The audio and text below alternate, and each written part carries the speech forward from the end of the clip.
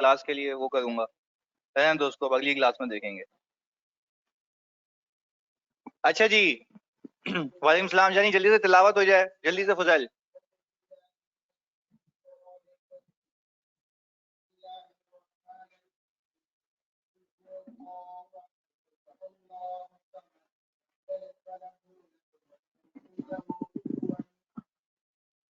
बिस्मिल्लाहिर्रहमानिर्रहीम। अच्छा जी भाई, हमने जो कल की क्लास शुरू की थी उसमें हमने डेट सिक्योरिटीज को शुरू किया था, ऐसा ही है भाई। मैंने आपको ये कहा था कि हम डेट सिक्योरिटीज को कितने तरीके के मॉडल्स पे रख सकते हैं, जल्दी से।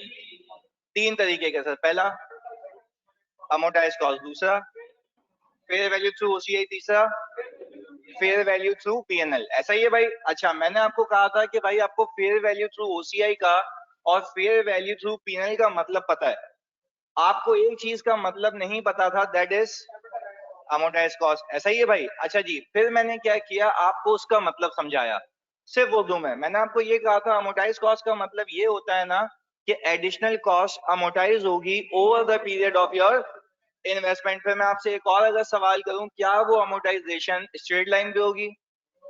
नहीं सर। क्या वो रिड्यूसिंग बैलेंस पे होगी? No sir. आप कहेंगे वो आईआरआर के जरिए होगी, क्योंकि इसके अंदर पैसा इन्वॉल्व है, तो टाइम वैल्यू ऑफ मनी भी कंसिडर करनी है, ऐसा ही है। फिर मैंने आपको ये कहा था, सुनिए प्लीज फोकस के साथ। फिर मैंने आपको ये कहा था कि आईआरआर एक फाइनेंशियल मैनेजमेंट का टूल है। ऐसा ही हम क्या करते हैं कि अपने एक्सेल को या फाइनेंशियल मॉडल को ये कहते हैं कि इतने पैसे लगा रहा हूँ, इतना इतना रिटर्न आएगा और इतने पैसे वापस मिलेंगे, तो बताओ मेरा इफेक्टिव रिटर्न कितना है, ऐसा ही है। अच्छा, तो जब मेरा असल रिटर्न मुझे पता लग गया, तो आप सब क्या मुझे ये बता सकते हैं कि मैं इनकम प्रोवाइडेड रिटर्न से बुक करूं या असल वाले से? इनकम, हाँ जी, वापस से असल वाले से, जो मेरी असल इनकम है। लॉजिकल बात है, मैंने उससे ही बुक की थी। और फिर मैंने आपको लॉजिकली एक चीज लिखवा दी थी कि आप आईआरआर अप्लाई करते हैं कैरिंग अमाउंट पे, सही है ना भाई, क्योंकि आपकी एक्चुअल इनकम कमाएगा आपकी इन्वेस्टेड अमाउंट पे, ये बात समझ आई। अच्छा, फिर मैंने कहा था सर कूपन का मतलब होता है वो रेट जो सामने वाला दे रहा है। फिर मुझे एक लॉजिकल बात बताओ, क्या प्रोवाइडेड रिटर्न में और एक्चुअल रिटर्न में फर्क हो सकता है? पक्की बात है। अच्छा, एडिशनल कॉस्ट की वजह से अब एक एक करके गेम खेलते हैं। जितनी आपकी एडिशनल कॉस्ट ज्यादा होगी, उतना आपका आईआरआर यानी एक्चुअल रिटर्न कम होगा, ऐसा ही है। फिर हमने एक गेम सीखी कल की क्लास में। हमने कहा कि मैं इनकम बुक करूंगा असल वाले रिटर्न से, पैसे लेके आऊंगा प्रोवाइडेड रिटर्न से। तो दैट मींस कि सर आप पैसे रिसीव करेंगे ज्यादा, इनकम बुक होगी, और वो इनकम कम इसलिए बुक हो रही है क्योंकि उसमें कुछ ना कुछ एक्सपेंस आउट हो रहा है। और वो क्या एक्सपेंस आउट हो रहा था? एडिशनल कॉस्ट, जिसको मैं कह रहा था ट्रांजैक्शन कॉस्ट, ऐसा ही है भाई। पक्की बात है, क्लियर है? ओके जी, बेहतरीन हो गया। अच्छा, अब इसको एक स्टेप आगे लेके जाते हैं। फिर मैंने आपको ये कहा था कि सर ये सारी चीजें कर करा के आपने जो over the period income book की होगी, वो वही होगी जो डे वन पे आपको पता थी, ऐसा ही है। और आपकी जो इन्वेस्टमेंट क्रेडिट हो रही थी वो किस चीज को रिप्रेजेंट कर रही थी? आपकी इन्वेस्टमेंट की अमोर्टाइजेशन को, जो आपने कैपिटलाइज की थी किसमें, इन्वेस्टमेंट के अंदर। तो वो होते होते होते होते होते पूरी 50,000 से खत्म हो गई थी। हमने कल ये कॉन्सेप्ट सीखा था। चलिए जी, क्वेश्चन नंबर 9 तो हो गया था। आज हम करते हैं सर क्वेश्चन नंबर 10 को शुरू, जरा फोकस करिएगा। सर मुझे एक बात बताएं, यहाँ पे देख के, कंपनी ने परचेज किए हैं 15,000 डिबेंचर। देखें, ये सवाल आप लोगों ने करना है, अगले कोई 48 सवाल है, वो हमने करने क्लास में, सही है जी, तो फोकस करना है आपने आज। भाई, कंपनी ने परचेज किए हैं 15,000 debenture on January 1, 2018 of ₹50 each. ये क्या है सर? फेस वैल्यू है, क्लियर है भाई। अब एक बात सुनना और समझना, एट अ प्रीमियम ऑफ ₹5 पर डिबेंचर। अब मैं आपसे लॉजिकली पूछूं सारे बच्चों से, क्या ये डिबेंचर मैंने 50 में खरीदे हैं या 55 में? पक्की बात है। कैसे पता तुम्हें 55 में खरीदे हैं? सर प्रीमियम दिया है आपने, आपने प्रीमियम दिया है किसको? इशूअर को। किसको दिया है? इशूअर को। वेरी गुड जी। अब जरा गेम समझिए क्या होती है, जरा यार प्लीज फोकस के साथ। आज आज इसमें एक एक चीज करके ऐड होगी, और मैंने जैसे प्रॉमिस किया था कि हर एक क्लास में पिछली चीज कैरी फॉरवर्ड होगी और आगे ऐड होता जाएगा, ताकि हम भूलें नहीं। अच्छा भाई, प्लीज सुनना, यूजुअली फेस वैल्यू चल रही है 50, ऐसा ही है, यूजुअली फेस वैल्यू चल रही है 50। अच्छा प्लीज मेरी बात पे फोकस करना, ये टेक्निकल बात है, समझनी है हमें। हुआ ये कि क्या ऐसा हो सकता है कि जिस कंपनी को मैं उधार दे रहा हूं वो पैसे लेके डूब जाए? ऐसा हो सकता है ना भाई, ऐसा हो सकता है, मेरे पैसे डूब सकते हैं, सीधी सी बात है। तो सर आपने डेट सिक्योरिटीज में इन्वेस्ट तो सिर्फ इसलिए किया था ताकि रिटर्न फिक्स हो जाए, पर रिटर्न फिक्स होना है समथिंग डिफरेंट। आपके पैसे डूबना एक अलग बात है।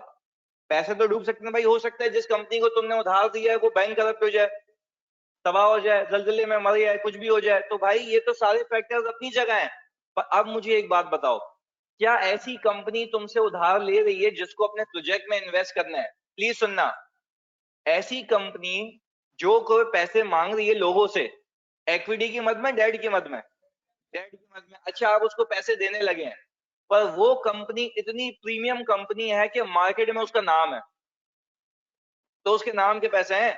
तो पता है क्या वो मुझे क्या बोलेगा, बाबू मैं 50 तो नहीं लूंगा, मैं लूंगा 55। तो मैं बोलूंगा 55 किस खुशी में? वो बोलेगा भाई 5 रुपए मेरे नाम के हैं। तो फिर मैं एक बार रुक गया ना यहाँ पे, सुनना मेरी बात, ये बड़ी इंटरेस्टिंग बात है। मैंने बोला यार मतलब मैं तुम्हें 55 दूंगा तो तुम मुझे रिटर्न भी 55 पे दोगे? उसने बोला होशियारी नहीं, वो 5 रुपए मेरे नाम के पैसे हैं, अगर आपको चाहिए दूसरी कंपनी में चलते बनो, वो सामने गली से निकलोगे, सामने कंपनी है दूसरी, वहां जाके इन्वेस्ट कर लो। तो भाई मैंने कहा फिर तुम्हारे पास इन्वेस्ट करने का फायदा क्या? देखो वो बोलेगा मेरे डूबने के चांसेस कम है। तो सर एक बात समझ आ रही है कि मैं भले ही उसको पैसे दूंगा ज्यादा, रिटर्न मिलेगा फेस वैल्यू पे। तो मैंने देखो पहली क्लास में क्या लिखवाया था कि कूपन किस पे लगता है? फेस वैल्यू पे। तो क्या उसकी लॉजिक समझ आ रही है आज? क्योंकि ये जो प्रीमियम है सिर्फ और सिर्फ उसके किसका दिया जा रहा है? नाम का दिया जा रहा है, इस पे मुझे कोई रिटर्न नहीं मिलेगा। अगर मैं एक बात कहूंगा तुम्हें समझ आ जाए, क्या आप ये कहते हैं कि ये प्रीमियम भी एडिशनल कॉस्ट है? पक्की बात है? सर कल आपने नहीं बताया था, कल जानबूझ के नहीं बताया था वरना मैं मर जाता कल, सही है ना? अभी तो एटलीस्ट चलो एक एक करके समझ आएगी। अच्छा जी अब मुझे एक बात बताओ फोकस के साथ, सर फेस वैल्यू आ गई है, पर ये तो एक बॉन्ड की है ना, कि क्या खरीदा डिबेंचर कितने? 15,000 कितना आ गया? 750। सर 7,50,000 रुपए टेक्निकली आपने सामने वाले को दिए हैं, ये नहीं दिए सर, और भी दिए हैं प्रीमियम के नाम पे। सर ये आ गया प्रीमियम, कितने का? 75,000। ये कितना आ गया? 825। अच्छा अब मैं आपसे एक बात पूछ रहा हूं, क्या मेरी इन दोनों का सम, सुनना मेरी बात, आज गेम अलग है, आज हम पूरे आईएफआरएस के जार्गन्स को लिंक करेंगे। आपको स्टैंडर्ड ये कहता है face value plus premium equals to fair value. भाई face value plus premium equal to, logical बात है। तुम शेयर्स में देखो 10 रुपए से ऊपर जो भी होता है प्रीमियम होता है ना, पर वो क्या कहलाती है मार्केट में? Fair value. ये भी क्या है? Fair value. तो आपको पता है स्टैंडर्ड क्या कहता है? आप डे 1 पे किसी भी सिक्योरिटी की फेयर वैल्यू को ढूंढो, और फिर सिर्फ फेयर वैल्यू को नहीं कंसिडर करना, इसके ऊपर एक और चीज लगती है, ट्रांजैक्शन कॉस्ट। वेरी गुड, क्या लगती है? तो सर कल के सवाल में प्लीज सुनिएगा बात, कल के सवाल में क्या कोई प्रीमियम था? क्योंकि सर हम आसानी से समझ रहे थे ना, पर क्या वो बात समझ आ गई? चलें जी अब एक और बात समझ आ रही है। अब मुझे एक बात बताएं, 825 मेरी जेब से गए हैं, प्लीज फोकस के साथ, पर क्या मुझे रिटर्न 825 पे मिलेगा? 750 में मिलेगा। वो बात लॉक हो गई। दैट मींस के 50 मैंने उसके नाम के दिए, वो मुझे वापस। और यार अल्लाह के बंदे लॉजिकली भी सोचो कि अगर मैंने 75,000 एडिशनली दिए हैं जो वापस नहीं मिलेंगे, तो इसका मतलब है वो एडिशनल कॉस्ट है। ऐसा ही है भाई। चलें इसके बाद फिर मैंने इसके अंदर ऐड कर दी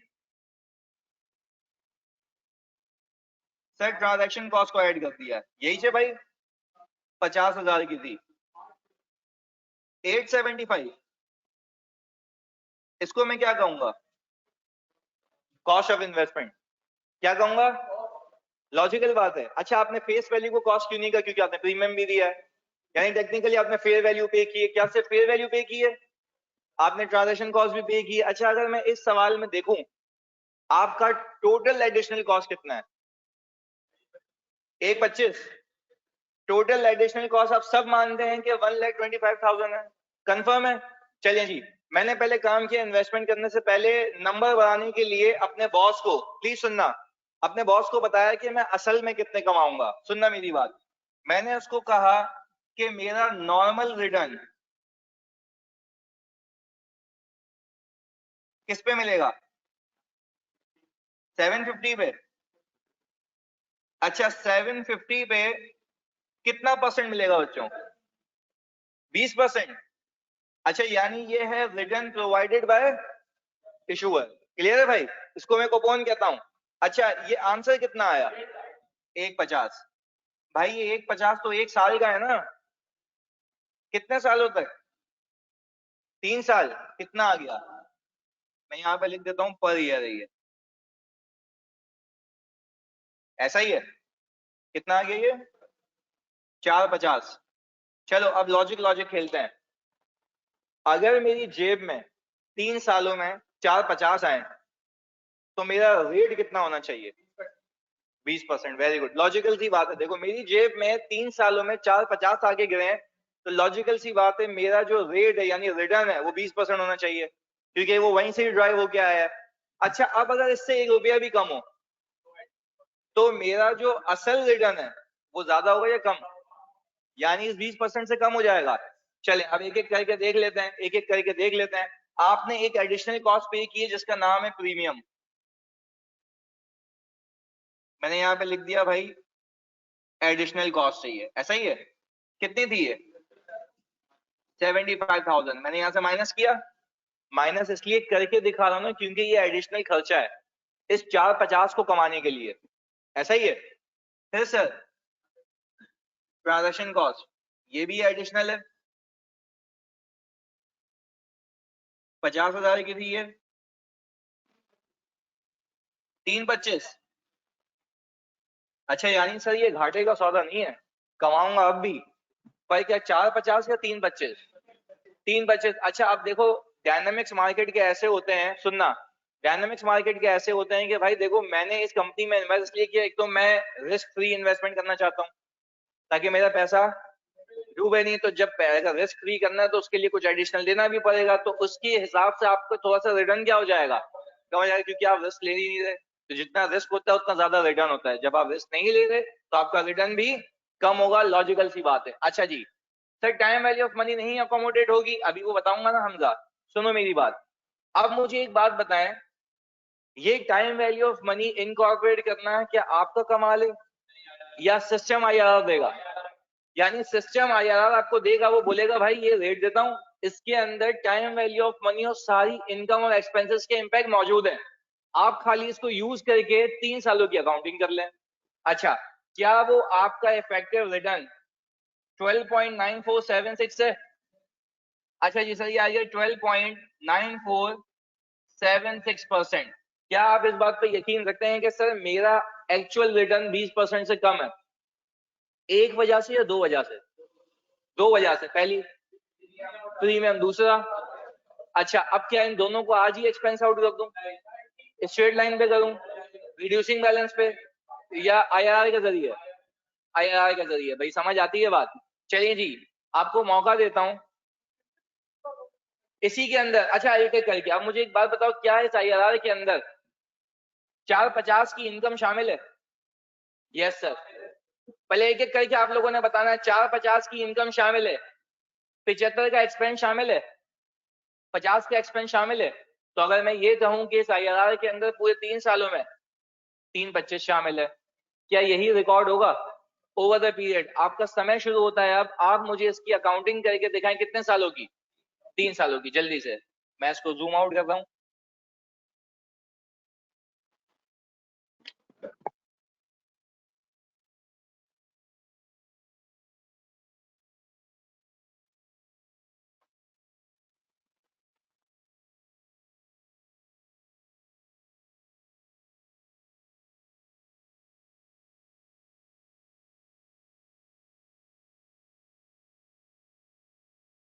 अच्छा जी, 1 मिनट क्वेश्चन भी शो कर लेता हूं।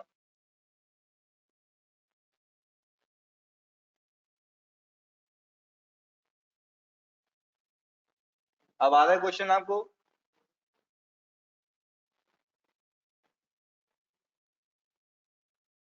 ओके जी, आप जूम भी कर सकते हैं इसको।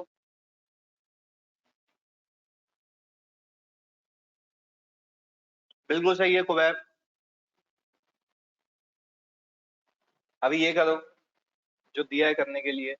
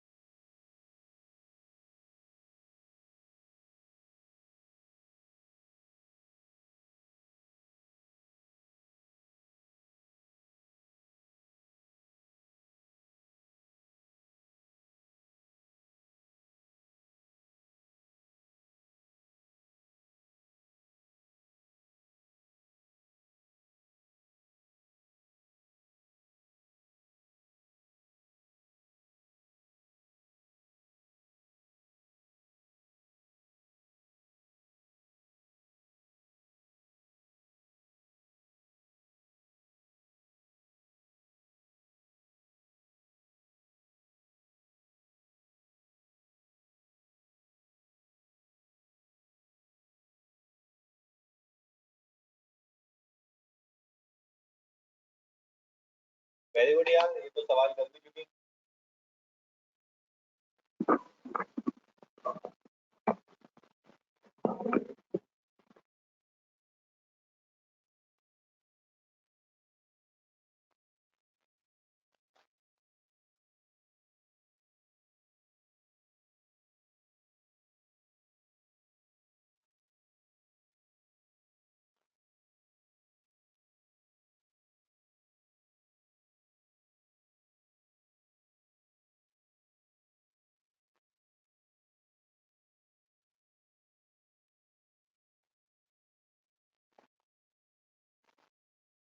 हाँ भाई, हो गया सवाल।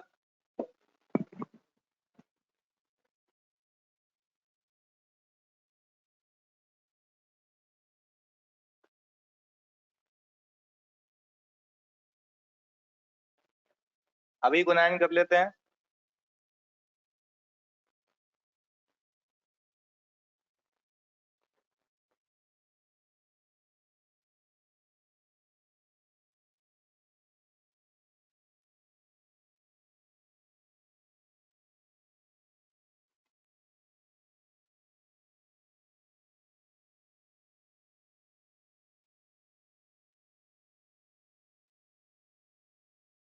हो गया भाई। चलें जी, बेहतरीन है।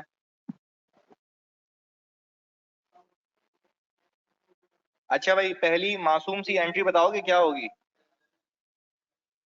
कैश डेबिट या कैश क्रेडिट? ओके जी सर। पहली एंट्री बनेगी आपकी जनवरी 1, 2018 पे, ऐसा ही है? प्लीज सुनिएगा।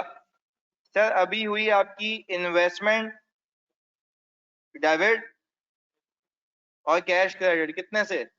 875 सर, जितने आपकी जेब से लगे हैं।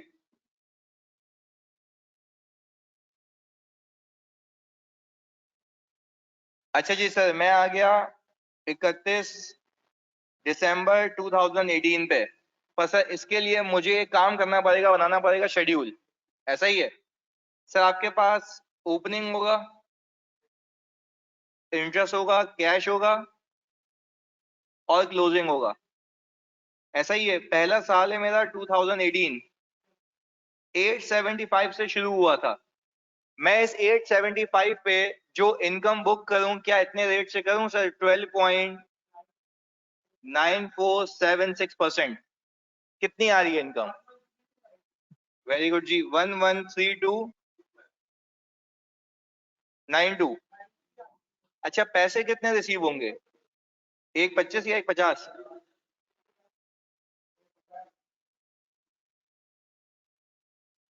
क्लोजिंग कितना? 838 292, ऐसा ही है भाई। अच्छा जी, अब मुझे एक बात बताएं, मैं अपने पास कैश ले आया 150 का, इनकम बुक की मैंने, सर ये आ गया 113292, यानी सर मैंने औकात से कम बुक की है ना इनकम, और इसलिए बुक की है क्योंकि इसमें दो एडिशनल कॉस्ट की अमोर्टाइजेशन हो रही है। सही है जी, और वो कितनी हो रही है वो आपको इन्वेस्टमेंट में रिफ्लेक्ट होती हुई दिखेगी। 36709, ऐसा ही है भाई। चलें जी सर, ये तो हो गया पहला साल कंप्लीट। मैं आ गया सर 2019 में, 83, हाँ 8 कर लूं, चलो भाई, सही आ गया 838292। इसके ऊपर इंटरेस्ट कितना, वेरी गुड सूरत, 108538। फिर सर 150 रिसीव हुआ मेरा, क्लोजिंग 796830। तो ये आ गया 796830। इंटरेस्ट इनकम कितनी, 103170, 750।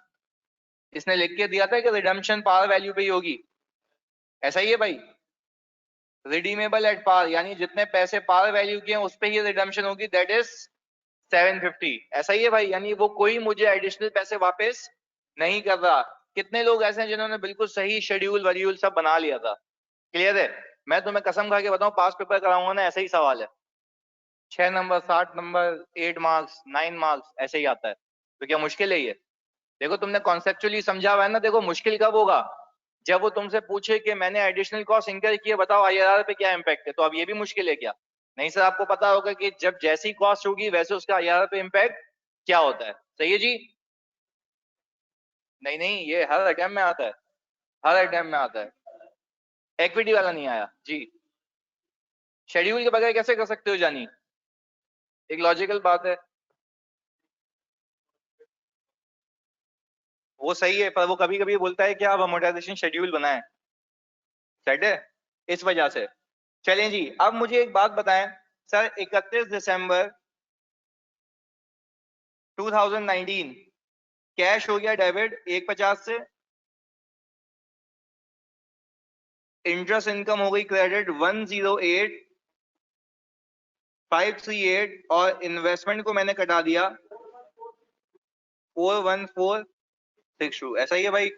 फिर हम आ गए 31 दिसंबर 2020 पे, कैश हुआ वही 150,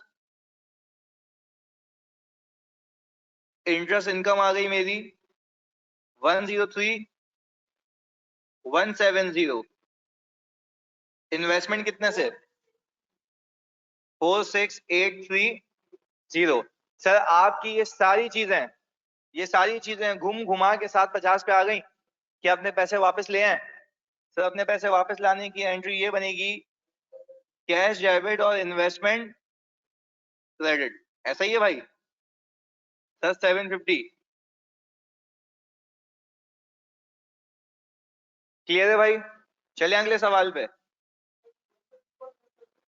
ये ले, ये इनकम वाली कैलकुलेशन, ये देख ले इनकम वाली कैलकुलेशन, बिल्कुल कसम से ऐसा ही क्वेश्चन आता है पेपर में, कोई और रॉकेट साइंस नहीं आती। सब्जेक्ट टू के आपने तमीज से समझा, अब मैं पहली क्लास में आता मैं तुम्हें सिर्फ ये बोलता कि बाबू देखो ये आएगा, ये इस पे लगाना, ये आंसर आएगा, ये क्लोजिंग, तो तुम बोलोगे चलो भाई हो गया। सही है जी, तो लॉजिकली पता है तो चीजें आसान है। इक्विटी आज तक नहीं आया, तो तुम्हें क्या लगता है क्या आने के चांसेस होंगे इक्विटी, और there might be a possibility कि दोनों आ जाए। सही है जी,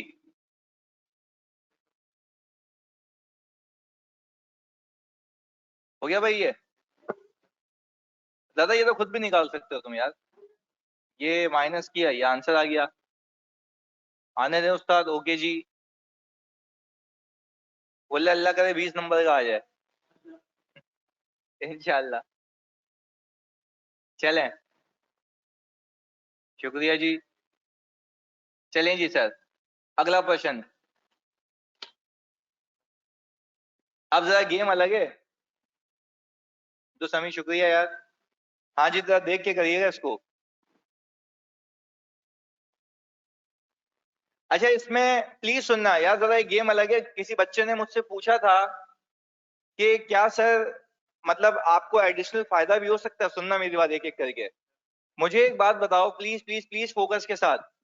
इसमें मैंने जो खरीदा है डिबेंचर, उसकी फेस वैल्यू 50 है, पर मैंने 50 पे नहीं खरीदा, 5% के डिस्काउंट पे परचेज किया गया। ये बात देख रही है तुम्हें?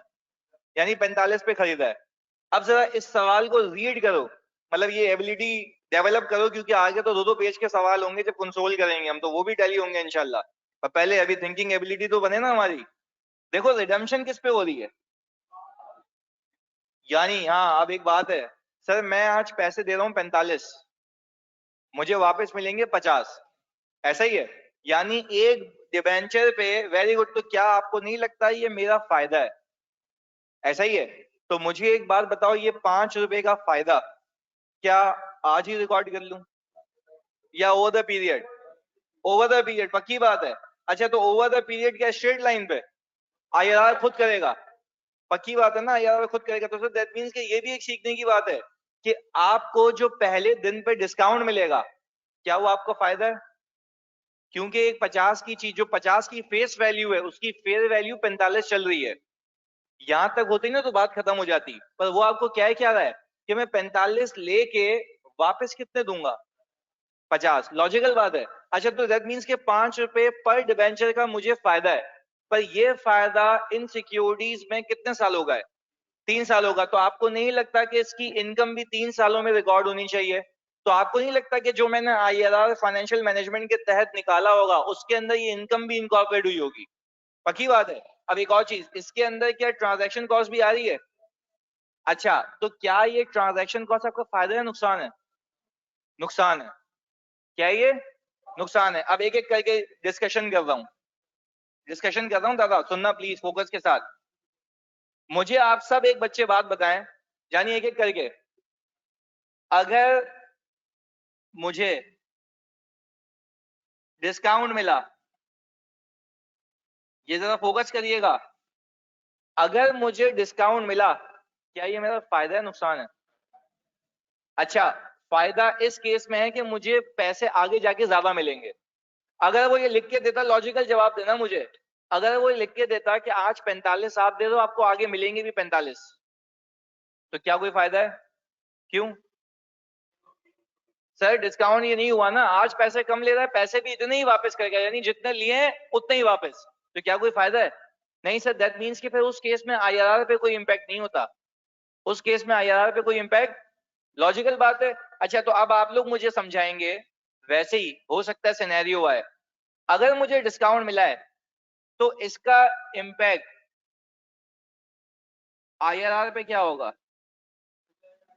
आईआरआर ज्यादा हो जाएगा या कम? ज्यादा होगा। पक्की बात है, क्योंकि ये एडिशनल इनकम है। Very good. हमारी कॉस्ट क्या होगी इससे? कम होगी, और इनकम क्या होगी? ज्यादा। चलो भाई, लॉजिकल बात है, सुनो मेरी बात, समझने की है। सामने वाला बंदा मुझे रिटर्न प्रोवाइड कर रहा है 25% का, वो तो मुझे देगा 50 के हिसाब से, वो तो हमेशा फेस वैल्यू पे मिलेगा ना। वो इस 50 के हिसाब से रिटर्न भी देगा, उसके साथ साथ 5 रुपए पर डिबेंचर भी देगा। कब देगा? 3 सालों बाद। पर उसकी इनकम भी तो ओवर द पीरियड रिकॉर्ड करूंगा ना। तो मुझे आप एक बात बताओ, क्या मेरा रिटर्न 25% रहा या उससे ज्यादा हो जाएगा? तो सर यानी ये मेरे आईआरआर को इंक्रीज करेगा। क्या बात समझ आई? सिर्फ इसको मैंने डिस्कस किया, सिर्फ इसको, इसके अलावा नहीं। अब आओ एक और गेम। अगर इसी सिनेरियो में क्या डाल दूं, ट्रांजैक्शन कॉस्ट डाल दूं मैं, तो मुझे एक बात बताएं, मेरा आईआरआर इससे क्या होगा? पक्की बात है। क्यों? तो हमारी कॉस्ट बढ़ेगी, हमारा रिटर्न क्या हो जाएगा? कम हो जाएगा। अच्छा, अब मैं आपसे एक बात पूछ रहा हूं, इन दोनों को अगर मैं नेट करूं, समझने की बात है, इन दोनों को अगर मैं नेट करूं तो सुनना मेरी बात, अगर मेरी ट्रांजैक्शन कॉस्ट ज्यादा है और एडिशनल इनकम कम है, लॉजिकल बात कर रहा हूं, अगर मेरी ट्रांजैक्शन कॉस्ट ज्यादा है, एडिशनल इनकम तो मेरा ओवरऑल आईआरआर क्या होगा? कम होगा ना। तो आप इस सवाल में देखें, मेरा आईआरआर 25% या 19%? 19%। तो इसकी लॉजिक क्या है? अच्छा, यानी सर एडिशनल फायदा है वो मानते हैं, उससे आईआरआर बड़ा होगा, पर ट्रांजैक्शन कॉस्ट इतनी है कि वो उसको भी खा गई है। तो इफेक्टिवली आपका ओवरऑल रिटर्न 25% से क्या है? कम है। क्या लॉजिकल बात समझ आ रही है? पक्की बात है। एक और चीज बताऊं तुम्हें, अगर लॉजिकल बात बताना तुम, अगर इस सवाल में प्रीमियम नहीं होता और डिस्काउंट नहीं होता, सॉरी, इस वाले सवाल में अगर मेरे पास डिस्काउंट नहीं होता, बता दिया तो मैं समझ जाऊंगा, क्लियर है बात। इस वाले सवाल में ये जो मुझे डिस्काउंट मिला है ना, ये अगर नहीं होता तो आईआरआर, सुनना नहीं बात, आईआरआर ज्यादा होता या कम? कम होता। सही कह रहे हो, कम होता। रीजन? तो मेरी जान, अगर मेरे पास डिस्काउंट नहीं होता तो मेरी इनकम नहीं होती, कोई सेविंग नहीं होती, तो मेरा आईआरआर क्या होता? कम होता। बात लॉजिकल है? ऐसा ही है भाई। चलिए जी, यानी सर लॉजिकली साउंड है, ये पता है कि कौन सी चीजें कैसे आईआरआर में इंपैक्ट करती हैं, क्लियर है? अभी देखो प्रूफ भी करके दिखाता हूं, आ जाओ। मुझे एक बात बताएं, इसमें फेस वैल्यू कितनी है? 50 है। इनटू कितने डिवेंचर हैं? 20,000। 1 मिलियन। सर ये 1 मिलियन की वो अमाउंट है, सही है, जो मैंने सामने वाले को दी है, मुझे वो रिटर्न इस पे देगा। अब पता है हुआ क्या है? अब हुआ ये है कि ये कंपनी ऐसी कंपनी है, ये बहुत मजबूर है, इसको चाहिए पैसे। इसने लोगों को क्या दे दिया है? डिस्काउंट। और वो बोल रही है भले बाद में मुझसे पैसे वापस लेना जब मेरा प्रोजेक्ट चल जाएगा। लॉजिकल बात समझ आ रही है? चलिए जी, तो जाहिर सी बात है, जब एक का नुकसान है दूसरे का क्या है? फायदा है, तो हमने फायदा उठाया इस बात का। अच्छा जी, हमने क्या किया? डिस्काउंट अवेल किया।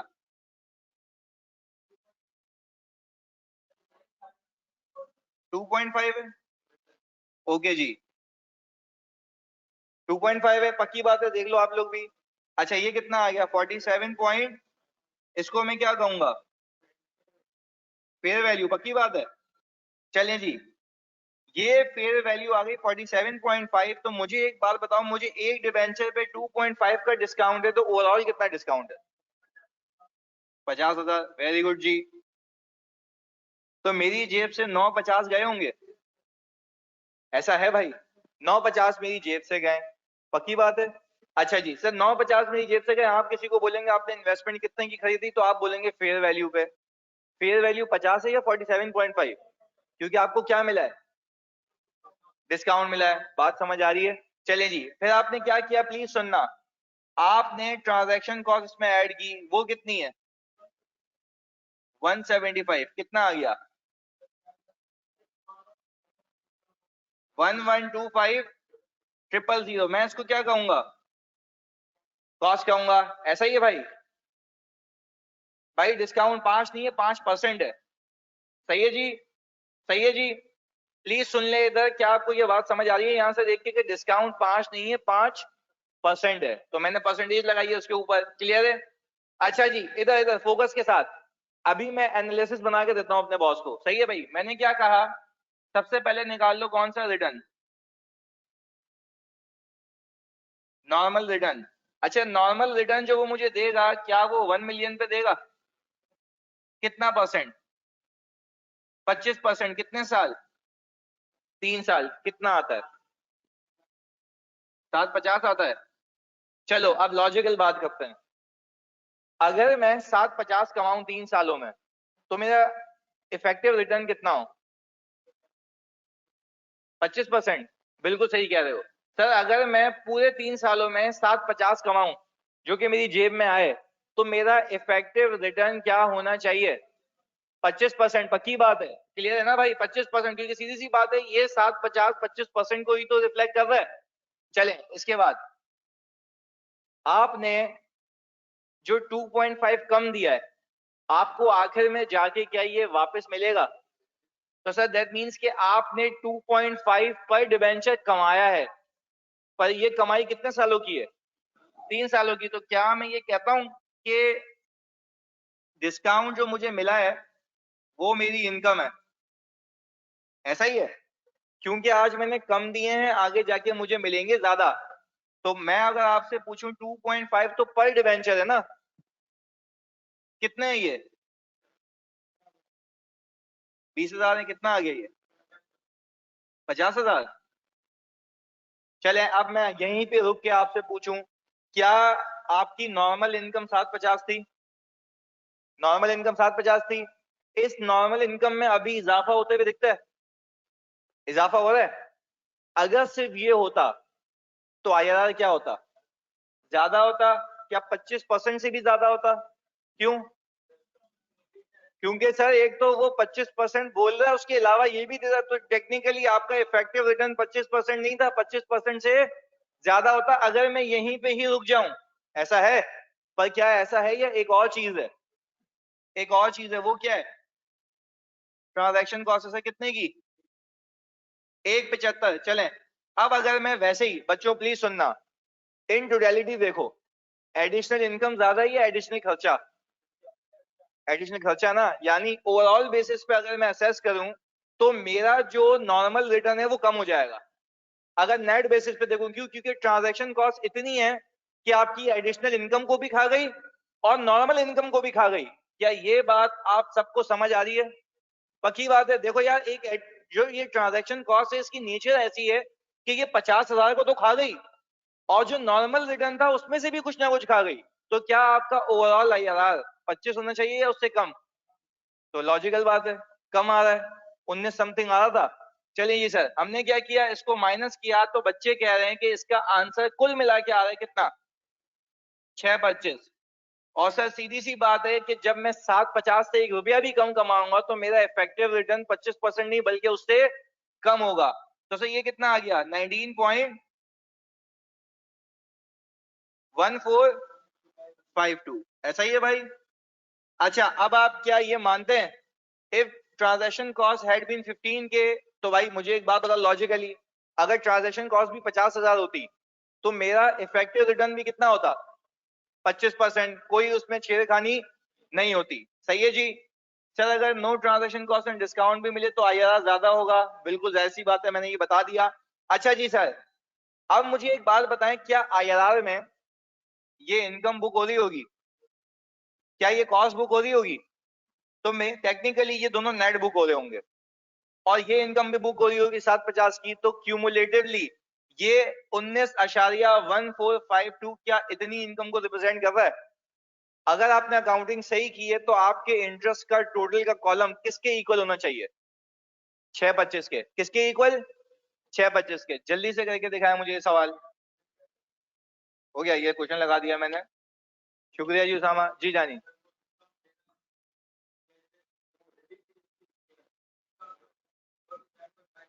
तो फायदा नहीं होता ना, फिर तो कुछ भी नहीं होता इंटरेस्ट का।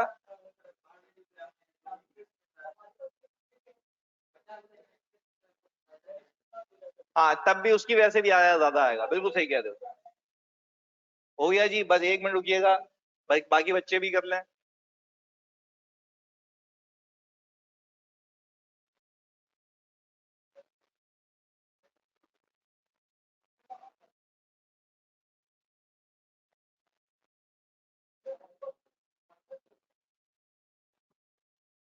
बिल्कुल बिल्कुल देंगे पीडीएफ, लाजमी यार, मेरे लिए नहीं है, तुम्हारे लिए ही है। मैं तो हर क्लास की पीडीएफ देता हूँ भाई।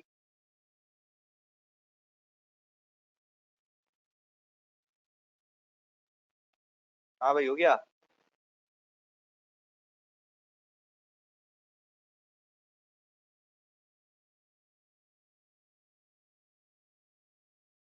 लास्ट क्लास की दे दी थी भाई, पीडीएफ दे दी थी ना लास्ट क्लास की, भेज दी थी। क्या हो गया, जहन नशा किया है क्या?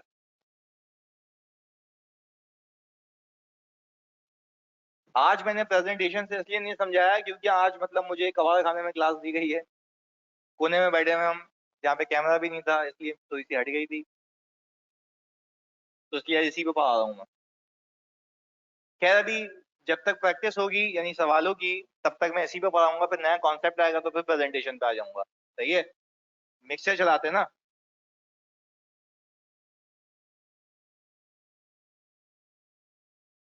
प्रेजेंटेशन अच्छी लगती है, चलिए जी ओके, आगे से प्रेजेंटेशन पे भी पढ़ाएंगे।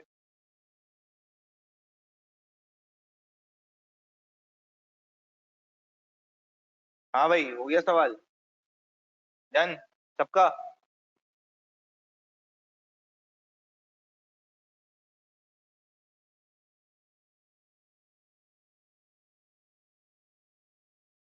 बेहतरीन हो गया जी।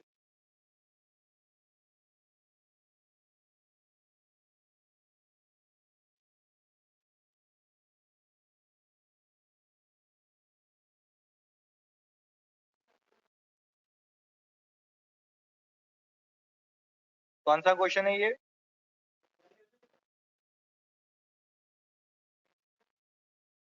11 है।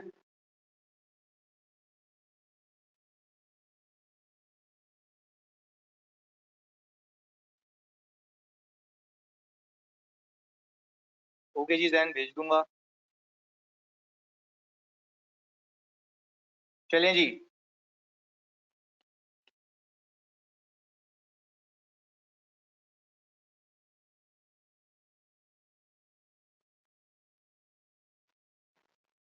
जी हाँ, अभी दे रहा हूँ, बस इसके बाद ही करा दूँ। ये बहुत इजी लग रहा है, चलें जी, अल्लाह का शुक्र है। अच्छा जी, मुझे एक बात बताएं प्लीज, या फोकस के साथ। ये देखें आपके सर, क्या आपने डे वन पे इतने से ही कैपिटलाइजेशन की थी? 1125000, ऐसा ही है? चलें जी, फिर 1125000 के बाद आपने एक एंट्री बनाई होगी इन्वेस्टमेंट डेबिट और कैश क्रेडिट। सही है जी, 1125000 से। इसके बाद सर आपने बनाया होगा शेड्यूल। खाली एक एक करके मैच कर ले मेरे साथ। आपका ओपनिंग था सर 1125000। इसके ऊपर कौन सा रेट अप्लाई होगा? आईआरआर अप्लाई होगा सर, वो है कितना? 19.1452, ऐसा ही है सर? 215384 है। पक्की बात है? पैसे कितने आएंगे? 250। सर ने प्लस माइनस किया, हमारा क्लोजिंग कितना आ रहा है? पहले बताओ, फिर मैं दिखाऊंगा ये। 1090384। चलिए जी सर, ये आ गया 1090384। अच्छा, इस 1090384 को मैं क्या कहता हूँ? अमोडाइज कॉस्ट। वेरी गुड जी, यानी जो कॉस्ट थी उसमें से कुछ अमोडाइज हुआ और ये बच गया, इसलिए इसका नाम क्या है? अमोडाइज कॉस्ट। ऐसा ही है भाई? चलिए जी सर, इसके बाद सर अगले साल की इनकम 208756 है। आपने फिर पैसे रिसीव किए होंगे कितने? 2.5 लाख। आपका क्लोजिंग आ गया होगा कितना? 1410। यही है 1049140। वही राउंडिंग ऑफ का फर्क, 1 रुपए का। चलें जी सर, इसके बाद आपका ओपनिंग आ गया 1049140। आपने इंटरेस्ट किया, यही बुक किया है 200860। ऐसा ही है?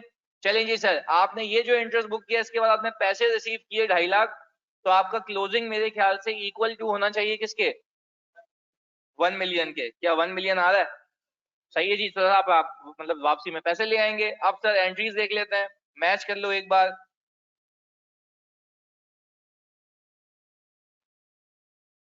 ऐसा ही है भाई? और सर आखिर में पैसे आ जाएंगे कितने हमारे पास? 1 मिलियन। यही है भाई? मैच है। अच्छा जी, जल्दी से नमाज पढ़ के आए, हम 10 मिनट में मिलते हैं वापस से, ताकि हम इसको आगे लेके चलें। सेट है जी?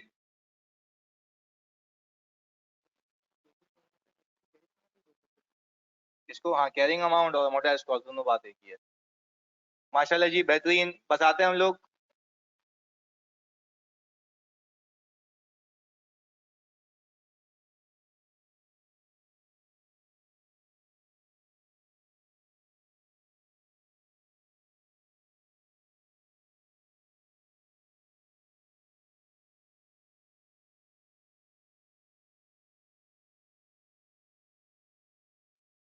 बिल्कुल, opening plus interest minus cash equals to amortize cost. अब सही हो गया शो?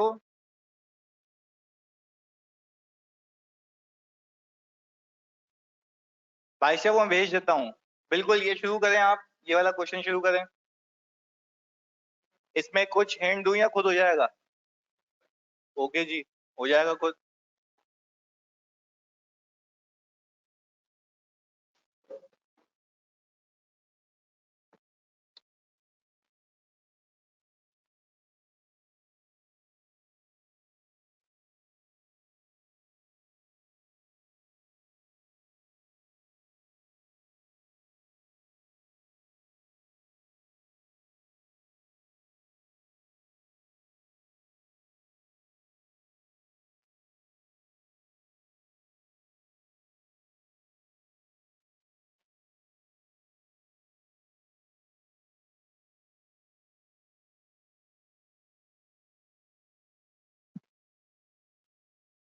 अच्छा भाई, एक बात सोच के बताओ, ट्रांजैक्शन कॉस्ट की जो परसेंटेज है वो किस पे लगती है?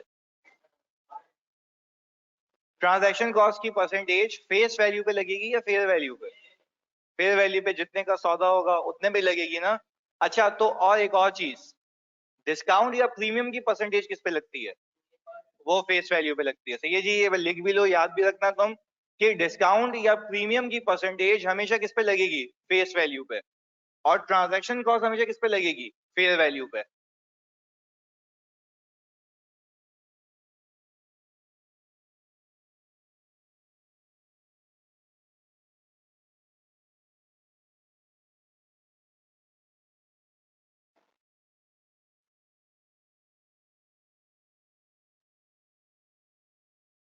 बिल्कुल, ब्रेक के बाद अभी रिज्यूम हुई है जैन। अच्छा यार जानी, कल के बाद ये ऑनवर्ड्स यूट्यूब पे नहीं अपलोड होंगे यहाँ जैन और सारे बच्चों? फिर कल के बाद ये सिर्फ पोर्टल पे जाएंगे, मतलब आज की क्लास के बाद, सॉरी। ट्रांजैक्शन कॉस्ट तहा फेयर वैल्यू पे लगती है। पोर्टल के लिए आप एआरटीटी कॉल करेंगे ना जानी, एडमिन से।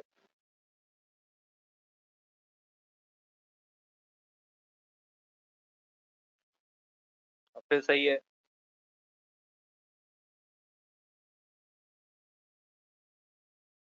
बच्चों, मैंने ये कहा कि जो आपकी प्रीमियम या डिस्काउंट की परसेंटेज होती है वो फेस वैल्यू पे लगती है, क्योंकि हम प्रीमियम और डिस्काउंट की बात करते हैं रिलेशन टू फेस वैल्यू, या तो इससे ऊपर या तो इससे नीचे।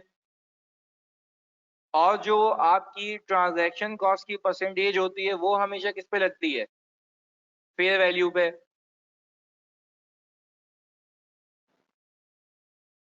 और फेयर वैल्यू पे इसलिए क्योंकि मार्केट में सौदा इसके हिसाब से होता है।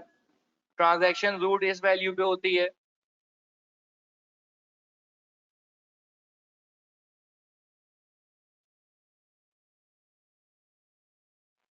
हाँ हाँ, बिल्कुल हो जाएगा उजैफा। बिल्कुल एआरटीटी में गेम वेम सब है। अभी पहले आप ये कर लें।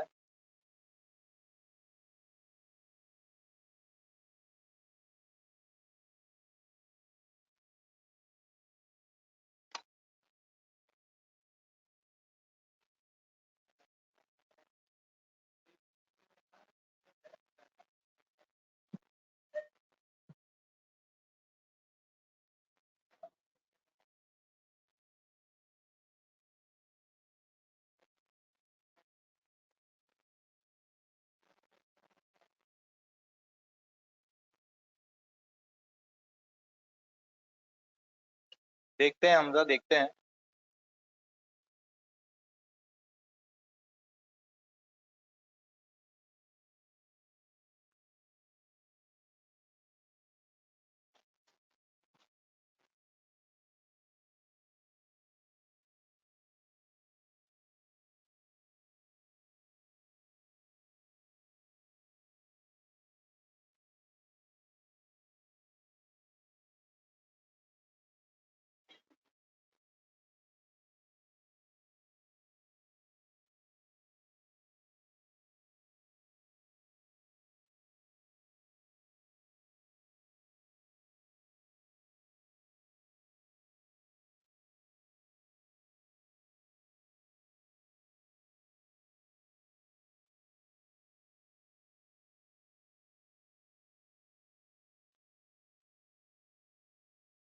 पर शेयर की या पर डिबेंचर की प्राइस में इनकॉर्पोरेट करने की लॉजिक को नैन मैं ऑलरेडी बता चुका हूँ कि हिसाब किताब रखने में आसानी होती है।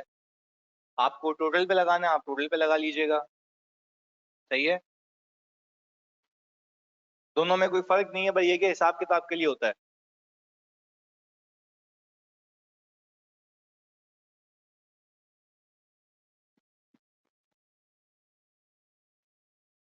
डन।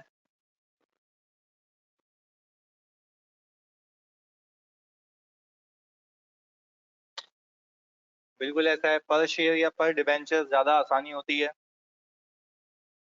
डन हो गया भाई।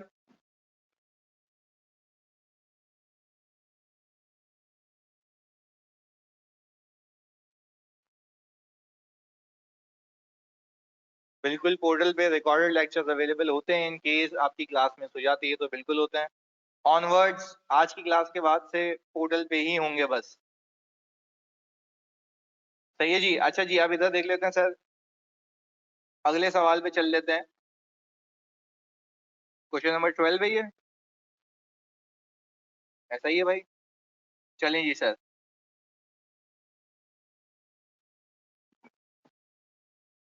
अच्छा भाई, आप मुझे एक बात बताएं सर, यहाँ पे फेस वैल्यू कितनी है? 60 है। अच्छा, 60 को मैंने मल्टीप्लाई किया किससे?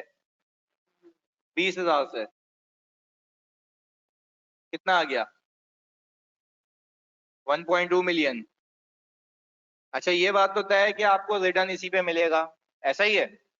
इसके बाद आपने प्रीमियम पे किया है, ये कितना आ रहा है? 60,000। सर ये आ गया 1260000, ऐसा ही है। अच्छा भाई सर, इसको मैं कहूंगा फेयर वैल्यू। अब जिस प्राइस पे सौदा हुआ है तो ट्रांजैक्शन कॉस्ट या ब्रोकर भी तो इसी पे अमाउंट चार्ज करेगा। तो सर मैंने इसके ऊपर चार्ज कर ली ट्रांजैक्शन कॉस्ट, वो कितने की है? कितने परसेंट है? 2% है सर। कितना आ गया? 252000, ऐसा ही है। सर 000 तो बहुत ज्यादा हो जाएगा। ये कितना? 128,500, 5200, यही है भाई। चलिए सर, आपने पहली एंट्री बनाई सर, इन्वेस्टमेंट हुई डेबिट और कैश हो गया क्रेडिट। 128,520। अच्छा भाई, अब बना लेते हैं शेड्यूल। सर शेड्यूल में आपका ओपनिंग आ गया, इंटरेस्ट आ गया, कैश आ गया और क्लोजिंग आ गया, ऐसा ही है जी। पहला साल है 18, 19, 20। अच्छा, 18 में आपका आ गया ये सर 128,520। इंटरेस्ट कितना? 24।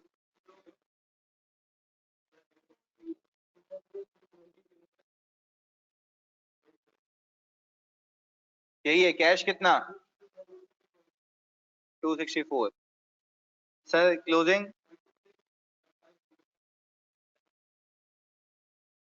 क्या आ गया सर? 1261507। सर इस पे हमने IRR जो है हमारा वो 18.6980 है। कितना आंसर कितना आ रहा है?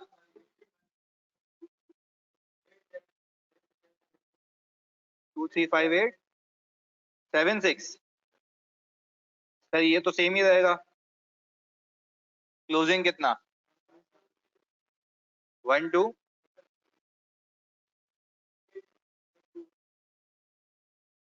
पक्की बात है, यही है। सर ये आ गया 12,33,382। इसके ऊपर इंटरेस्ट कितना? 230,618 हो गया या 7 हो गया। तो सर ये आ गया 264,000, ऐसा ही है। 1.2 मिलियन। क्या यही डील थी कि आखिर में यही मिलेंगे? ऐसा ही है। सर आपने 31 दिसंबर 2018 पे एक एंट्री बनाई होगी, कैश डेबिट 264 से। इंटरेस्ट इनकम कितनी? 240।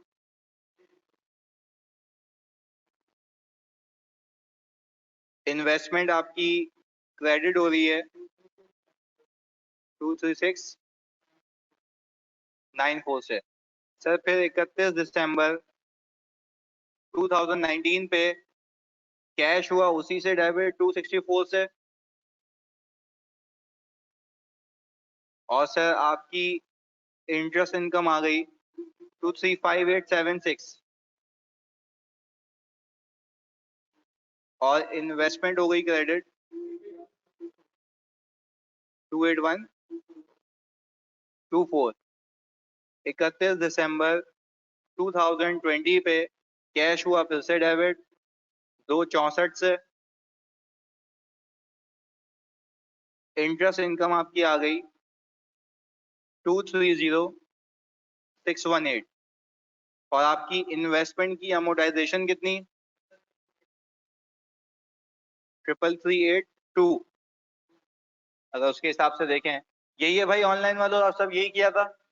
चलेंगे सर, आखिर में पैसे ले आए सर इसी तारीख पे, कैश डेबिट और इन्वेस्टमेंट क्रेडिट कितने से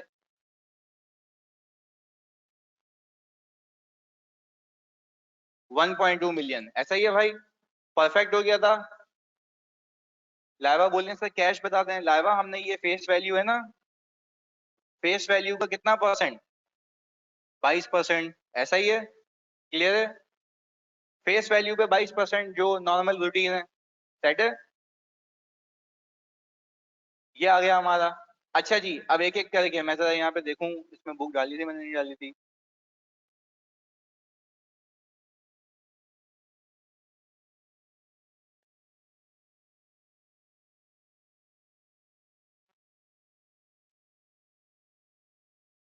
अच्छा भाई, हमारे कोई क्वेश्चन नंबर 12 तक हो चुका है, सही है।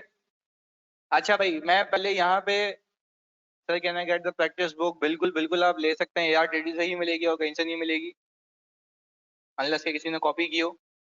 अच्छा भाई, क्वेश्चन नंबर 13 और 14 में यहाँ पे होमवर्क लिख रहा हूँ आपको, ये पीडीएफ में भी मिलेगा आपको।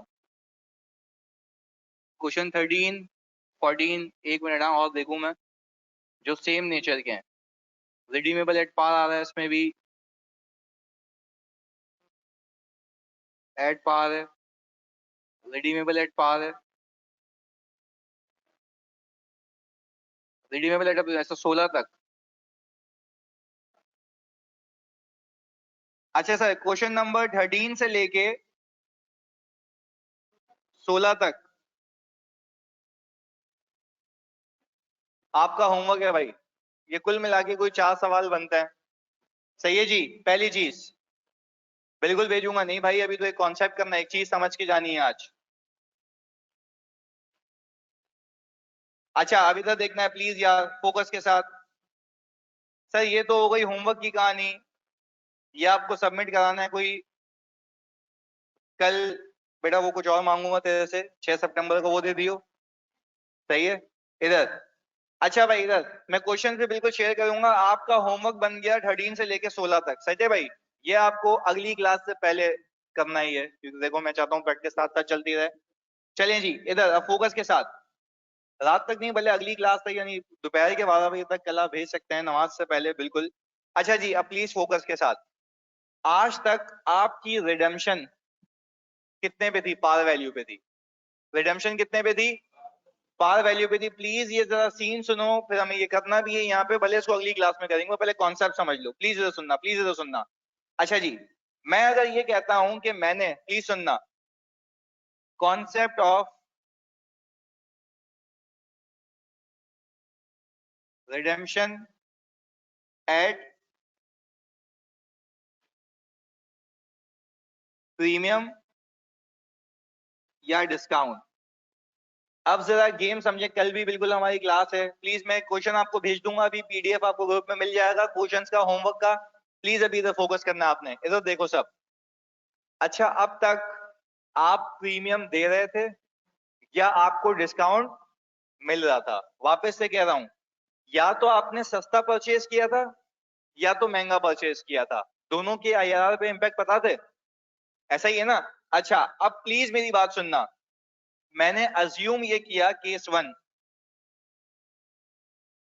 कि मेरे बॉन्ड की फेस वैल्यू कितनी है भाई, 100 रुपए, सही है जी। प्लीज सुनना, मैंने प्रीमियम पे किया 5 रुपए पर बॉन्ड, ऐसा ही है। मैंने कितने पे किए होंगे? 105। यार प्लीज फोकस के साथ सुनिएगा। अच्छा, अगर मैं कहता हूं कि मैंने ट्रांजैक्शन कॉस्ट इनकर की ₹1.5 पर बॉन्ड, तो क्या इसके अंदर 1.5 ऐड कर लूं? तो सर ये हो गया 106.5। क्या मेरे एक बॉन्ड की कॉस्ट मिल गई मुझे? ऐसा है। अच्छा, अब मैं आपसे एक बात पूछूं, क्या ये 5 रुपए, प्लीज सुनना यार फोकस के साथ, अभी लिखो नहीं, सब तुम्हारे लिए ये, प्लीज सुनो सर। क्या ये 5 रुपए आपके आईआरआर को कम करेंगे या ज्यादा? कम करेंगे। सब बताएंगे तो मजा आएगा। कम करेंगे। अच्छा जी, वेरी गुड। कम इसलिए करेंगे क्योंकि आप पैसे दे रहे हैं ज्यादा, ऐसा ही है। चलिए जी, यानी इस वाली चीज से मेरा आईआरआर हो जाएगा कम। वेरी गुड जी। इसके बाद इससे आपका आईआरआर फिर क्या हो जाएगा? कम हो जाएगा, ऐसा ही है। अच्छा, अब एक एक करके सुनते हैं। यानी ये सारी चीजें आपने डे 1 पे अकाउंट फॉर की हैं। कौन से डे पे? डे 1 की अकाउंटिंग में ये प्रीमियम आया है, ये वाला आपने कैपिटलाइज किया था, याद है?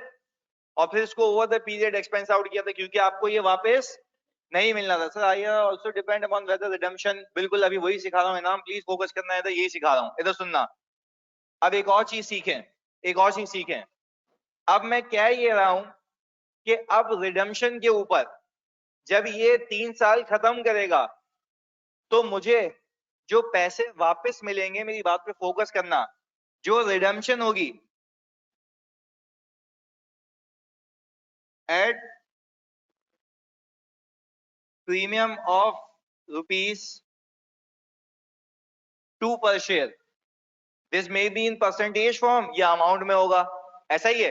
अच्छा, मैं आपसे लॉजिकली पूछूं, जिसने बता दिया मजा आ जाएगा, ऑनलाइन मान लो सबने लिख के बताना है, तुम बताओगे जानी मुझे आखिर में कितने पैसे मिलेंगे? वेरी गुड प्रियंका, हाँ जल्दी सोच के बताओ। Very good Umar, very good Shariq और रोमान, सब बच्चों ने बता दिया है। 102। तुम्हें कैसे पता है 102? सर रिडेम्पशन 2 के प्रीमियम पे, जब आप प्रीमियम की बात करते हो तो फेस वैल्यू के ऊपर जाते हो, मैंने अभी सिखाया ना। जब प्रीमियम पे की बात करते हो तो फेस वैल्यू के ऊपर या नीचे आते हो, ऐसा ही है भाई। तो सर यानी आप सब इस बात पे मुत्तफिक हैं कि आखिर में 102 मिलेंगे, यानी मेरी औकात से 2 रुपए ज्यादा, ऐसा ही है। चलें, अब मैं आपको एक बात पूछता हूं, जैसे ये 5 रुपए जो डे 1 पे कैपिटलाइज हुए थे, ये एक्सपेंस आउट हुए ओवर द पीरियड।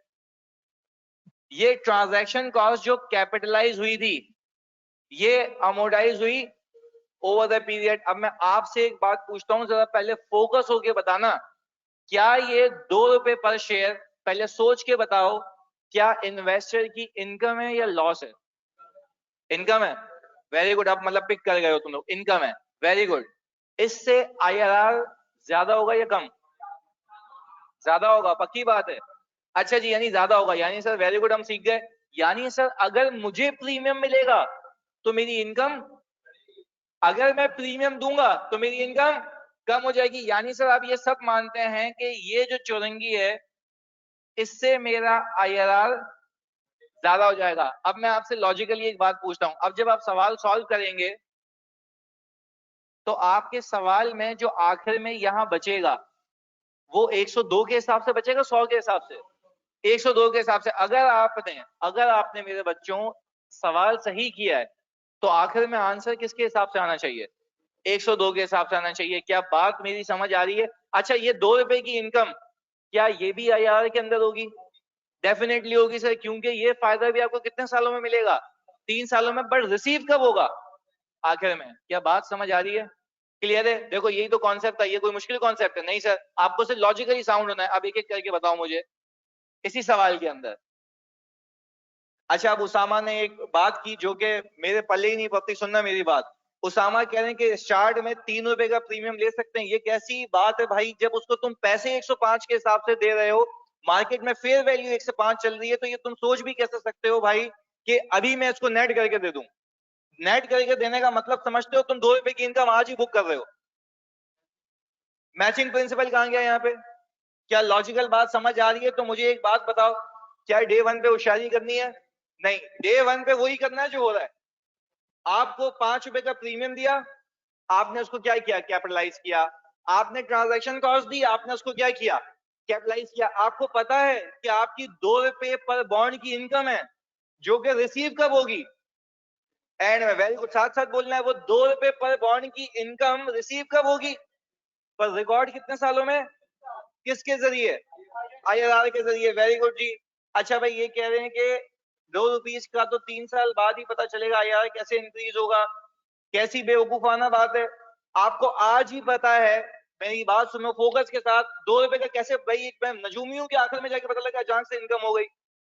मुझे आज ही पता है, वो कॉन्ट्रैक्ट में लिख के देगा कि आपको आखिर में ₹2 ज्यादा मिलेंगे। तो क्या आज ही मुझे पता है मेरा भाई कि मुझे आखिर में ₹2 ज्यादा मिलेंगे? तो फिर इसमें भी तो टाइम वैल्यू ऑफ मनी है 3 सालों की। तो इस पे भी जो इनकम रिकॉर्ड करूंगा, क्या उसको भी IRR के अंदर एम्बेड कर दूंगा? ये बात दिमाग में रखना कि ये ऐसी चीज नहीं है। अच्छा भाई, की करके वापस से आप जो प्रीमियम पे करोगे ₹5 का, क्या वो कैपिटलाइज होगा? अच्छा, ये भी पता है कि ये जो प्रीमियम मेरी जेब से जाएगा, इससे मेरा IRR, क्योंकि आपकी जेब से ज्यादा पैसे लगे। चलें, वेरी गुड। दूसरी, जो ट्रांजैक्शन कॉस्ट पे की है, उससे IRR और कम होगा। ये दोनों चीजें कैपिटलाइज हो गई, ये अपनी जगह। अच्छा, फिर अगर कोई तुम्हें कहे कि जब तुम्हें पता है कि आखिर में ₹2 ज्यादा मिलेंगे, तो उसको आज ही नेट कर दो, कर सकते हैं? रीजन दो। सर, मैचिंग प्रिंसिपल है ना, फ्यूचर में आने वाली इनकम या ओवर द पीरियड रिकॉर्ड होने वाली इनकम को तुम आज कैसे रिकॉर्ड कर सकते हो? उसको रिकॉर्ड कितने सालों में होना है? टाइम वैल्यू ऑफ मनी के साथ। कौन से रेट के जरिए? IRR के जरिए। बात समझ आए ऑनलाइन वालों आप सबको? चलिए जी। फिर मुझे एक बात पता है, मेरे IRR के अंदर मैंने जो प्रीमियम पे किया है वो भी शामिल है, ट्रांजैक्शन कॉस्ट पे की है वो भी शामिल है, और जो आखिर में इनकम मिलेगी वो भी शामिल है। क्या बात समझ आ रही है? ऐसा ही है भाई? अच्छा जी, अब मुझे एक बात बताएं, जैसे ही मैं एज एन मैंने सवाल को सॉल्व करता रहूंगा, तो आखिर में मेरे पास पैसे बचेंगे ज्यादा। तो वो क्या आखिर में जो पैसे ज्यादा बचेंगे ₹2 पर बॉन्ड, उसकी इनकम के आखिर में रिकॉर्ड करोगे या ओवर द पीरियड हो चुकी होगी? अच्छा, अब ये बात तो समझ आ गई ना। अब इसी कॉन्सेप्ट को, मतलब अपनी खाली आधे पेज की जगह खाली रखना, ताकि ये लिख लो यहाँ पे, सही है ना? इसी कॉन्सेप्ट को हम सवाल पे अप्लाई करते हैं। सही है जी, एक सेकंड दीजिएगा बस। ये कौन सा सवाल था भाई? रिडेम्पशन हो रही है हमारी 17।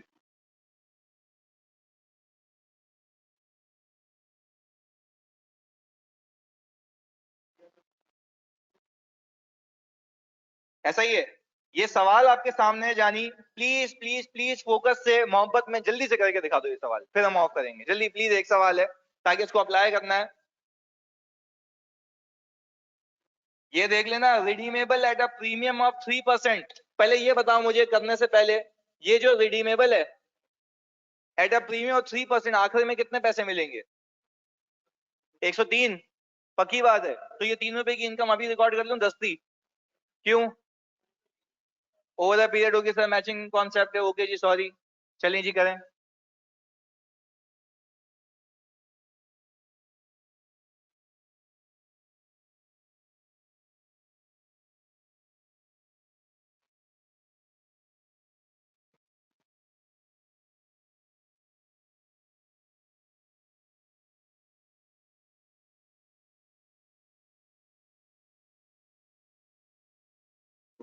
ये तो आसान है। ओके जी, बिल्कुल। भैया ऐसा ही है। आप पूरे FIR2 में ये कहोगे इंशाल्लाह कि आसान है।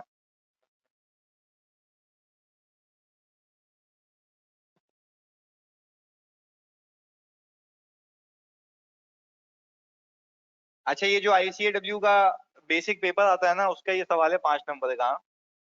वो यहाँ चिपकाया है।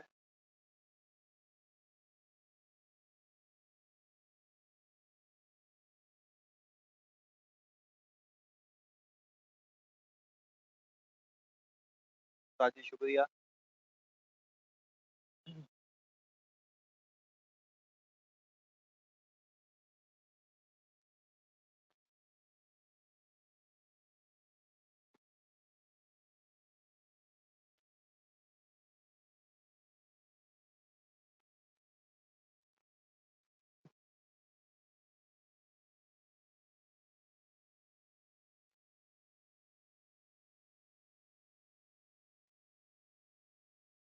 बिल्कुल मरियम, चल सकती है वो बुक।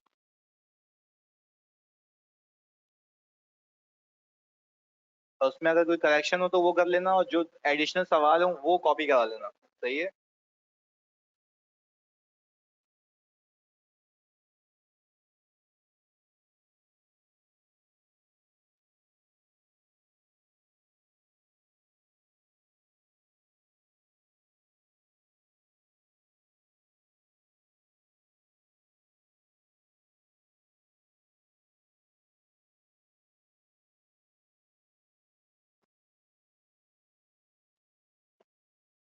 103 का नाम क्या होगा?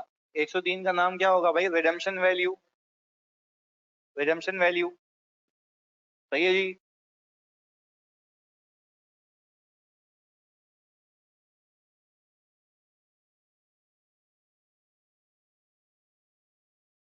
रिडीमेबल वैल्यू लिखा है, फंगी तो इंग्लिश है ना।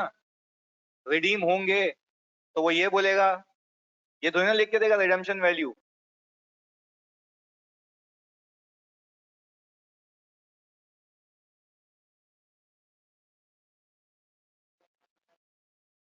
बिल्कुल लाइबा, 3 का कुछ भी नहीं करेंगे, ये 3 रुपए ओवर द पीरियड खुद ही रिकॉर्ड हो जाएगा। सही है।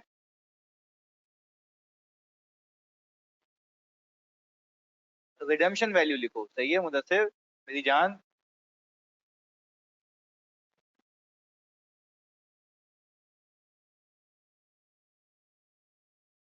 हाँ भाई, मैं करवाऊँ?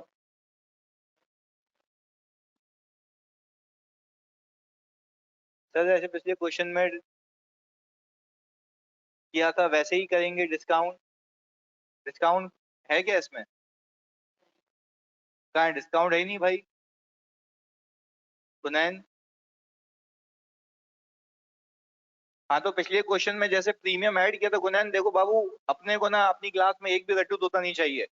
रट्टा क्यों लगा दो जैसे पिछले क्वेश्चन में किया था? लॉजिकल सी बात है, फेयर वैल्यू निकालोगे ना, फेस वैल्यू में प्रीमियम ऐड करो तो आपको फेयर वैल्यू मिल गई। फिर ट्रांजैक्शन कॉस्ट ऐड करो तो आपको टोटल कॉस्ट मिल गई। अब इसमें दो खर्चे ऐसे हैं जो 3 सालों में अमोटाइज होंगे, और एक इनकम ऐसी है जो 3 साल रिकॉर्ड होगी, जो कब मिलेगी? आखिर में। सेट है कुनैन?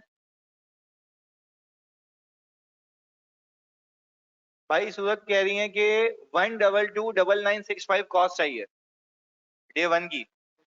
यही है, कंफर्म कर लो भाई साहब कि 1229965 क्या डे वन की कॉस्ट है? ऐसा ही है। वेरी गुड जी, ऐसा ही है। लावा तुम भी बता दो, ऐसा ही है भाई। ओके। वेरी गुड जी। डन। बिल्कुल सही है। 1229965।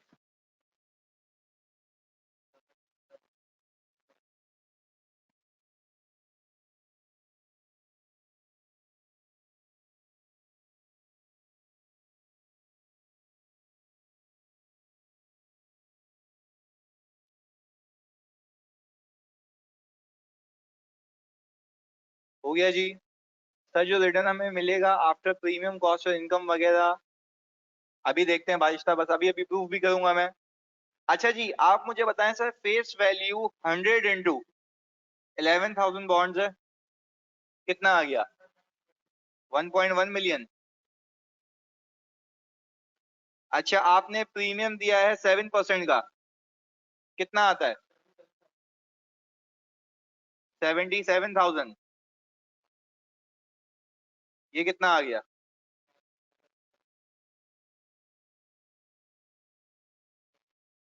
सर ये आ गई हमारी फेयर वैल्यू। सर हमारी ट्रांजैक्शन कॉस्ट आ रही है 52,122। यही है भाई। चलें सर एक एनालिसिस बना लेते हैं समझने के लिए, ताकि हमें आसानी हो। एक मिनट। अच्छा जी, आप जरा प्लीज एक बात मुझे बताएंगे, सर 1.1 मिलियन पे क्या आपको नॉर्मल रिटर्न मिलेगा? 13.5% का कितने साल? 3 साल। जरा मुझे बताएंगे कितना आ रहा है? 11 44 55 00। आप ये कह रहे हैं कि आप 3 सालों में नॉर्मली इतना कमाएंगे, ऐसा ही है? अच्छा जी, अगर नॉर्मली इतना कमाएंगे तो आपका रेट होगा 13.5%, ऐसा ही है? पर क्या आप सिर्फ ये कमाएंगे या आपने एडिशनल खर्चा भी किया है? सर आपने प्रीमियम भी पे किया है, प्रीमियम पेड, तो ये आपकी एडिशनल कॉस्ट है, ऐसा ही है? कितना है ये? सर 77,000। इससे आपका रिटर्न क्या होगा? कम हो जाएगा। अच्छा, फिर आपने एक और चीज पे की है, ट्रांजैक्शन कॉस्ट पे की है, ये कितना आ गया? 52,965। इससे भी आपका रिटर्न क्या हो जाएगा? कम हो जाएगा, ऐसा ही है? अब मुझे एक और बात बताओ, सारे बच्चे देख के इधर, यहाँ पे सिर्फ ये कहानी नहीं है, अब तक ये कहानी हुआ करती थी, अब आपको एक प्रीमियम मिलेगा भी। क्या वो 3 रुपए पर बॉन्ड है, ऐसा ही है? तो मुझे एक बात बताएं, प्रीमियम रिसीव्ड है, टू बी रिसीव्ड है? वेरी गुड भाई, ये तो सीखना है। सही आ गया, टू बी रिसीव्ड। 33,000। इसको पॉजिटिव रखूं या नेगेटिव? क्यों पॉजिटिव? सर रिसीव होगा ना तो मेरी इनकम का पार्ट बनेगा, डेफिनेटली बनेगा। चलिए जी सर, अब मुझे एक बात बताएं, इन सब चुरंगियों को ऐड लेस करें। 535 348 535। यानी सर आप सब ये बात मानते हैं कि मैं इफेक्टिवली इतना कमाऊंगा कितने सालों में? 3 सालों में। अच्छा, अब लॉजिकल बात है, अगर मैं 445500 कमाता तो मेरा रिटर्न होता ये, ऐसा ही है? पर मैं इससे कम कमा रहा हूं ना, तो अगर इससे कम कमा रहा हूं बच्चों, तो मेरा रिटर्न देखो कितना है, 9.6845। 9.6845। पर अब मुझे आप सब बच्चे एक बात बताएंगे मिलके, क्या आपको ये पता है कि आईआरआर में ये इनकम रिकॉर्ड होगी, हाँ या नहीं? आईआरआर में ये एक्सपेंस रिकॉर्ड होगा, आईआरआर में ये एक्सपेंस भी रिकॉर्ड होगा, और आईआरआर के अंदर ये इनकम रिकॉर्ड होगी, जो कि रिसीव कब होगी? आखिर में। बात समझ आ रही है? चलिए जी। अच्छा, आप एक एक करके मैं आपसे सवाल पूछता हूं, आपने जवाब देते तो मैं समझूंगा लॉजिकली साउंड हो। इधर देखें सब, मुझे सब ऑनलाइन में लो, आप तो खास तौर पे बताना, ये जो है मेरी इनकम है, यस और नो? ये मेरी इनकम है या नहीं है? है सर। वेरी गुड, है। अच्छा, ये रिसीव हो गई या ओवर द पीरियड होगी? तो सर ये भी आईआरआर में है। अच्छा, ये मेरी कॉस्ट है, पे हो गई या होगी? गलत पकड़े गए, पे हो गई, पे हो गई है, हो गई है, यही तो सिखाना है, पे हो गई है, ये पेड है। पर ये रिकॉर्ड ओवर द पीरियड होगी, एक्सपेंस के तौर पे ओवर द पीरियड होगी। बात समझ आ रही है? अच्छा, वापस से खेलते हैं, आ जाओ। ये जो एक्सपेंस है पे हो गया है, पर रिकॉर्ड ओवर द पीरियड हो गया। चलो आखिरी चीज, तो फिर इसको कंक्लूड कर देंगे, ये जो प्रीमियम है रिसीव हो गया या होगा? होगा। अच्छा, फिर रिकॉर्ड भी आखिर में होगा, ओवर द पीरियड होगा। कौन से रेट के जरिए? यानी साहब ये बात तो तय है ना कि आईआरआर में सारी टाइम वैल्यू ऑफ मनी और सारी इनकम एक्सपेंसेस का ब्लेंड शामिल होता है। सही है जी? ओके। यानी सर अब मैं अगर ये देखूं, तो डे 1 पे मेरी एंट्री बनी होगी इन्वेस्टमेंट डेबिट और कैश क्रेडिट, ऐसा ही है? सर ये आ गया होगा 122,9965, ऐसा ही है? सर ये बनी होगी एंट्री January 1 2018 पे। अब सर हल्का फुल्का शेड्यूल बना लेते हैं, इंटरेस्ट इनकम, कैश और क्लोजिंग। ओपनिंग आ गया सर 122,9965, 11,9,116।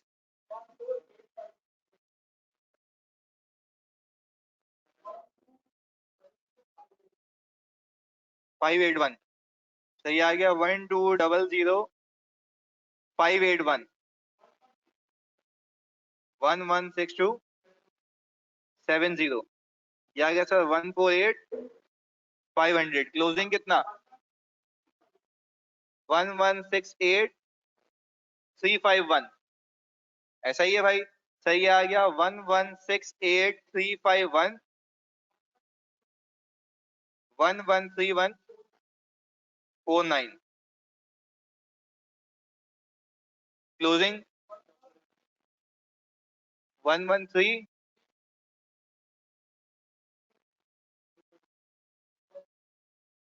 यही है 113300। यार आपने आपकी फेस वैल्यू तो सर 1.1 मिलियन थी, ये क्या चक्कर है?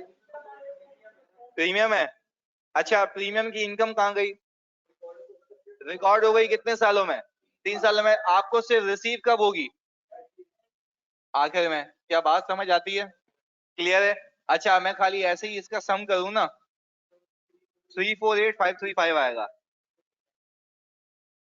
ऐसा ही है भाई। तो सर हम इसको कहते हैं IFRS 9 का अमोर्टाइज्ड कॉस्ट, और अमोर्टाइज्ड कॉस्ट अल्लाह के करम से खत्म हो चुका है। सही है जी। अब हमें सिर्फ और प्रैक्टिस करनी है कि रिडम्पशन प्रीमियम पे डिस्काउंट पे तो ऐसे 10,000 सवाल भी करोगे तो तुमसे टैली होंगे इंशाल्लाह। सही है जी। मिलते हैं अगली क्लास में। ये आपको PDF दे देता हूँ। हाँ ये वर्किंग आपको एग्जाम में नहीं करनी है जानी, ये वर्किंग आपको एग्जाम में नहीं करनी है, इसे समझाने के लिए करता हूँ मैं। पर हाँ हो सकता है एग्जामिनर का दिमाग घूमे और वो बोले एक्चुअल अमाउंट बताओ कि मैं कितनी कमा सकता हूँ, तो फिर वो करनी पड़ेगी तुम्हें। सही है जी। शुक्रिया। मिलते हैं। रिडम्पशन की एंट्री मैंने बनाई नहीं है, आप बिल्कुल बना सकते हैं, उसकी एंट्री बनानी भी है। सही है जी। इसकी लास्ट वाली एंट्री देखें, ये बनेगी। लास्ट में जो एंट्री बनेगी ना रिडम्पशन की, वो ये बनेगी कैश डेबिट और इन्वेस्टमेंट क्रेडिट 11